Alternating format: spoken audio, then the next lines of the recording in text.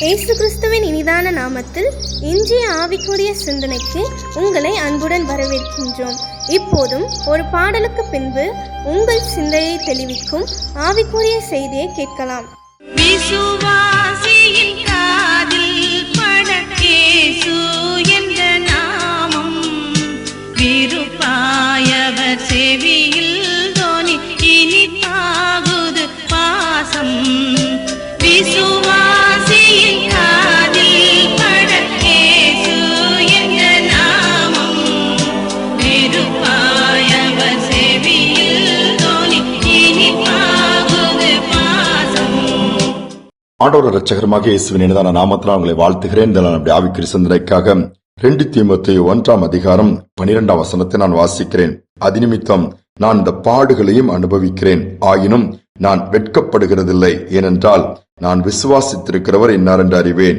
நான் அவரிடத்தில் ஒப்புக் கொடுத்ததை அவர் அந்நாள் வரைக்கும் காத்துக்கொள்ள வல்லவராயிருக்கிறார் என்று நிச்சயித்தும் இருக்கிறேன். பவுல் சொல்லுகிறார், நான் வெட்கப்பட்டு போவதில்லை அல்லது வெட்கப்படுகிறதில்லை, ஏனென்றால் நான் விசுவாசித்திருக்கிறவர் இன்னார் என்று நான் அறிந்திருக்கிறேன். பவுல் அந்த அளவு ஆண்டவர் மேல் விசுவாசத்தை வைத்தார். விசுவாசிக்கிறவருக்கு எல்லாம் கூடும் என்று வேதம் சொல்லுகிறது. விசுவாசம் இல்லாமல் தேவனை பிரியப்படுத்தவே முடியாது என்று வேதம் தான் சொல்லுகிறது. நீ பூமியில விசுவாசத்தை பார்க்க முடிகிறதா? நம்பிக்கை பார்க்க முடிகிறதா? எதை எடுத்தாலும் சோர்வுகள், எதெடுத்தாலும் நெகட்டிவாய் பார்க்கக்கூடிய பேசக்கூடிய காலகட்டத்துக்குள் வந்து விட்டோம். இந்த காரியம் நம்முடைய சிந்தனைகள் அப்படி மாறும் பொழுது வார்த்தைகளும் விசுவாச வார்த்தைகள் இருக்கவே இருக்காது. மாறாக குறைவுகளை பேசிக்கொண்டே இருப்போம், அல்லது குறை சொல்லிக் கொண்டே இருப்போம், சந்தேகப்படுவோம், எடுத்தவுடனே கோபப்படுவோம்.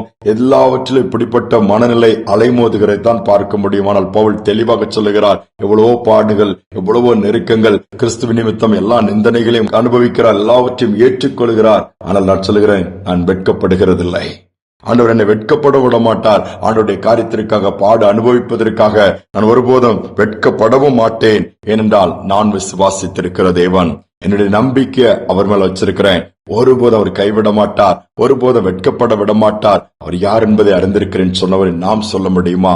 பாடுகள் வரும்பொழுது பின்வாங்குகிறோம், சோர்ந்து போய் விடுகிறோம், ஜெபிப்பதை நிறுத்தி விடுகிறோம், சந்தோஷமா இருக்கிறதை விட்டு விடுகிறோம், அப்படியே சோர்ந்து போய் படுத்த படுக்கை அல்லது முடங்கி விடுகிறோம். தோல்விகள், கஷ்டங்கள், நஷ்டங்கள் வரும்போது அப்படி அல்ல.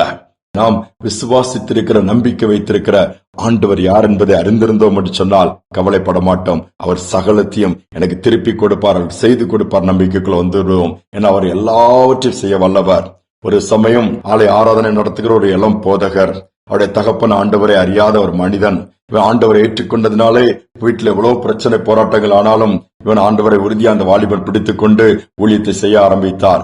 ஆனால் நாட்கள் செல்ல செல்ல குடும்பத்தாருக்கு இவருக்குள்ள உறவுகள் எல்லாம் உடைந்து போன ஒரு சூழ்நிலை முன்பாகவே ஏற்பட்டபடினால் தன் தகப்பன் மிக கஷ்டப்படுகிறார். பிசினஸ் கிடையாது, சாப்பாட்டிற்கு கூட வழி இல்லை என்று சொல்லி போன உடனே அந்த தகப்பனை கூட்டிட்டு வந்து உட்கார வைக்கிறார். ஆலயத்துல வந்து, நீங்க வந்து உட்காருங்க, நம்முடைய பிசினஸுக்குள்ள பொருள் எல்லாம் நீங்க கொண்டு வாங்க. அவங்க வந்து இந்த உள்ளன், அதாவது குளிர் நேரத்துல அந்த ஸ்வெட்டர் மாதிரி இந்த மாதிரி காரியங்கள், கிளாத் விற்கக்கூடிய ஒரு பிசினஸ்.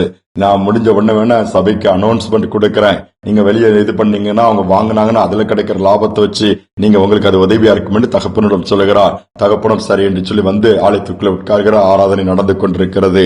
ஆனால் அது வந்து எந்த மழையோ குளிரோ ஏற்படுகிற ஒரு நாட்கள் இல்லை. ஆனால் எப்படி வாங்குவார்கள்? குளிர் இருந்தால்தான், மழை பெய்தால்தான், அந்த மாதிரி கொஞ்சம் இருந்தால்தான் தேவைப்படும். என்ன செய்வது? அது ஒரு பக்கம் இருந்தாலும் அந்த இளம் போதகருக்கு, வாலிபனுக்கு ஒரு நம்பிக்கை இருந்தது, என் ஆண்டவர் சூழ்நிலை மாற்றுவார். ஆராதனை நடந்து கொண்டிருக்கிறது, கர்த்தருடைய வார்த்தை பிரசங்கித்துக் கொண்டிருக்கிறார். தகப்பனும் ஆண்டவரை அறியாத ஒரு மனிதன், ஆண்டவரை விரும்பாத மனிதன், இயேசுவை பற்றி பேசும்போது அமைதியா இருந்து கேட்டுக்கொண்டே இருக்கிறார். ஆண்டவர் அவருடைய இருதயத்துக்குள்ளே கிரியை ஆரம்பித்து விட்டார். அடுத்து என்ன நடந்தது? ஆண்டவர் மகத்தான காரியங்களை செய்வார். அவருடைய மேன்மைகளை, மகத்துவங்களை அந்த மனிதன் பேசிக் கொண்டிருக்கும் பொழுது இந்த தகப்பனுடைய கண்களிலும் கண்ணீர் வர ஆரம்பித்திருக்கிறது. ஆராதனை முடிந்து வெளியே வர பார்க்கும்போது பனிமூட்டம், பனி பெய்ய ஆரம்பித்து விட்டது. குளிர்ந்த காற்று வீச ஆரம்பித்து விட்டது. எல்லாமே சாதாரணமா வந்தாங்க. ஆனா வீட்டுக்கு போனா குளிர். என்ன பண்ணுவது? இவர் வைத்திருந்த எல்லா அந்த குளிரை போக்கக்கூடிய அந்த ஆடைகளை வாங்க முடிய எல்லாரும் தீவிரித்து வந்து அத்தனையும் விட்டு விட்டதாம். பாருங்கள், ஆண்டவர் வெட்கப்பட விடவே இல்லை. அந்த வாலிப போதகருடைய, அந்த மனிதனுடைய விசுவாசம் வீணாய் போகவில்லை. ஆரம்பிக்கும் பொழுது பனி பெய்வதற்கோ மழை பெய்வதற்கோ குளிர்காற்று வீசுவதற்கு வாய்ப்பே இல்லை. அந்த ஆராதனை முடிவதற்குள்ளே இயற்கையை கர்த்தர் மாற்றிவிட்டார். நாம் எப்படிப்பட்ட விசுவாசத்தில் இருக்கிறோம்? ஆண்டவரால் எல்லாவற்றையும் செய்ய முடியும். அவர் வெட்கப்பட விடமாட்டார். நாமும் வெட்கப்பட்டு விடுமோ என்று பயப்பட வேண்டிய அவசியம் இல்லை. ஏனால் அவர் நம்மோடு கூட இருக்க நாம் விசுவாசித்திருக்கிற தேவன் பெரியவர். அந்த விசுவாசத்திலே வளருவோம். அந்த விசுவாசத்தை ஆண்டவர்கிட்ட கேட்போம். ஒருவேளை இன்னைக்கு விசுவாச குறைவு இருந்தா ஆண்டவரை அதை எடுத்து போடுங்கன்னு ஒரு சின்ன ஜெபம் பண்ணுங்க.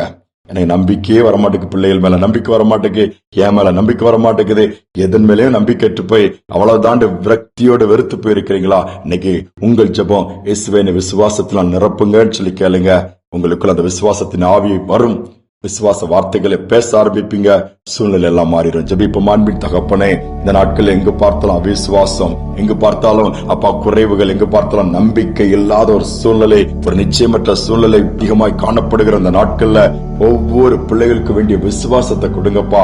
விசுவாசத்தை வர்த்திக்க பண்ணுகிற தேவன், விசுவாசத்தை துவக்குகிறவரோ முடிக்கிறோ நீர் என்று வேதம் சொல்லுகிறது. இதை கேட்கிற ஒவ்வொரு பிள்ளைகளுக்கும் அப்பா முன்பு ஒரு காலத்தில் விசுவாசத்தோடு இருந்திருப்பாங்க, நம்பிக்கையோடு கூட இருந்திருப்பாங்க. இயேசுதான் எங்களுக்கு எல்லாம், அவர் தான் நம்பிக்கைன்னு சொன்னவங்க இன்னைக்கு பின்வாங்கி போய் சோர்ந்து போய் ஏற்பட்ட வாழ்க்கையில சந்தித்த இழப்புகள், போராட்டங்கள், நிந்தைகள், அவமானங்கள் நிமித்தம் உடைந்து போயிருந்தா இன்னைக்கு அவங்களுக்கு மீண்டும் தைரியம் கொடுத்தேன்.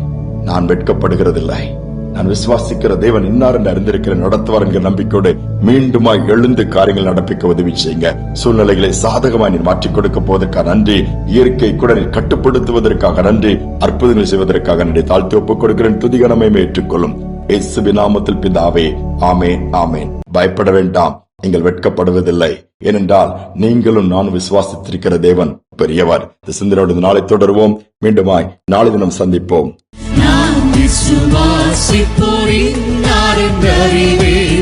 என்னையே படைத்திட்டேன் அவர் கரத்தில், முடிவு வரை என்னை நடத்திடுவார், முற்றமாய் ரட்சிப்பாரே. முடிவு வரை என்னை நடத்திடுவார், முற்றமாய் ரட்சிப்பாரே. சீயோனிலே திட அஸ்திவாரம் கிறிஸ்துவே, அவர் நான்